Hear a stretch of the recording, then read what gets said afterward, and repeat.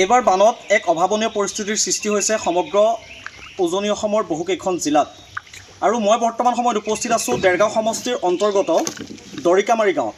আৰু এই গাঁওখনৰ যি পৰিৱেশ, এই পৰিৱেশে সঁচাকৈ বৰ এটা যন্ত্ৰণাহীন পৰিৱেশৰ মাজত এইসকল লোকে বৰ্তমান সময়ত বসবাস কৰি আছে। তেওঁলোকৰ পথটোত এবুকু এডিঙি পৰ্যন্ত পানী, ঘৰৰ ভিতৰত পানী। না তেওঁলোকে এতিয়ালৈকে খোৱা পানীৰ অকণমান সুবিধা পাইছে, না এতিয়ালৈকে তেওঁলোকে খাদ্য সামগ্ৰীৰ সুবিধা পাইছে। তেওঁলোকে যি পৰিস্থিতিৰ সন্মুখীন হৈ পেলাই তেওঁলোকে যেনেদৰে এই ২-৩টা দিন বসবাস কৰি আছে, আপোনালোকে শুনিলে আচৰিত হ'ব।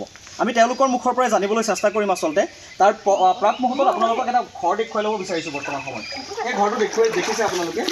এই ঘৰটোৰ ভিতৰ ভাগৰ বৰ্তমান সময়ত পৰিৱেশটো আচলতে এনেকুৱা। তেওঁলোকৰ প্ৰতিটো ৰুম, প্ৰতিটো সা সামগ্ৰী বৰ্তমান সময়ত পানীৰ তলত। আমি আপোনালোকক দেখুৱাইছোঁ।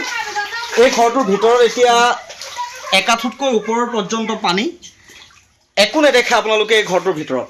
হঠাতে অহা ভোগ দৈ বাঢ়নি পানীৰ যি কালৰূপ, এই কালৰূপে সম্পূৰ্ণৰূপে শেষ কৰি পেলালে তেওঁলোকৰ যি স্বাভাৱিক জনজীৱন।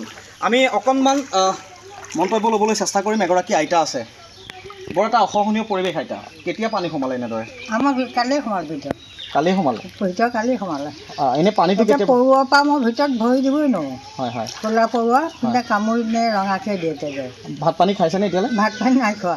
নাই খোৱা। সেই ল'ৰাটো থাকোঁতে চিৰা মানে গাখীৰ অকণ মুঠতে খালোঁ, মহগুলৈ গৈ। হয় হয়। এতিয়াৰ পৰা ভাত বনাবলৈ খৰি নাইকিয়া। হয়। হেৰি জিভালত দি ধৰিব নোৱাৰিবলৈ বনোৱাই নাই আৰু। খোৱা পানী পাইছেনে? খোৱা পানী নাই পোৱা। নাই পোৱা। আগৰ পানী অকণমান আছিলে, জাৰত ভৰাই পেলাই খৰাকৈ খাইছোঁ অকণমান।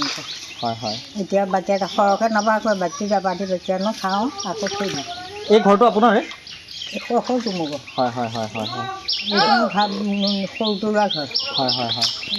কি ক'ব, চৰকাৰক কিবা আহ্বান জনাব? আপোনালোকৰ এনে এটা পৰিস্থিতি, এতিয়ালৈকে এটা সা সামগ্ৰী আপোনালোকৰ ওচৰলৈ অহা নাই।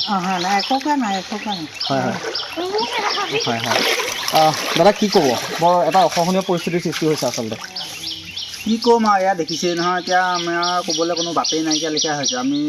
আমাক আজিলৈকেতো কোনো চোৱা চিতা এটা কৰাহি নাই এতিয়ালৈকে। হয় হয়। আমাক খা খবৰ এটা লোৱাত মনটো অকণ ভাল লাগিলহেঁতেন। পানী বটল এটাও পোৱা নাই? পানী বটল এটাও নাই। হয় হয়। আৰু এতিয়া আপোনাক কি ক'ম আৰু, গৰু ছাগলীৰ পৰা ধৰি বিমুৰত পৰি আছোঁ আমি। হয় হয়।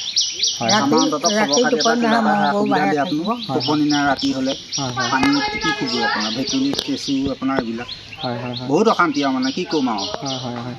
এই কৃষিপ্ৰধান অঞ্চলটোৰ বিশেষকৈ তেওঁলোক সকলো গৰু ছাগলী কৃষিভিত্তিক এই অঞ্চলটোত সকলোৱে গৰু ছাগলী আৰু কৃষিৰ ওপৰতে তেওঁলোক নিৰ্ভৰশীল আচলতে।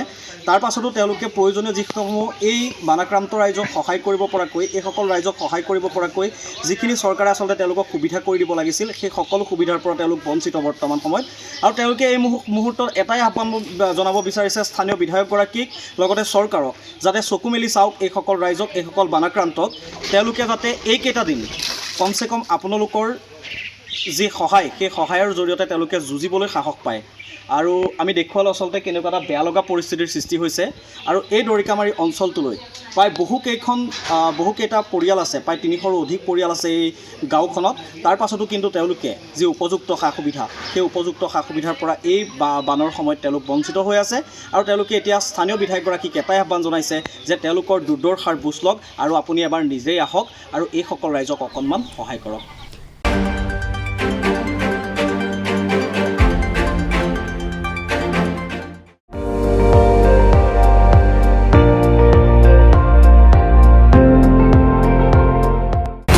আপুনি চাই আছে ND24, সৰ্বশ্ৰেষ্ঠ নহয় সৰ্বোত্তমৰ দৌৰত।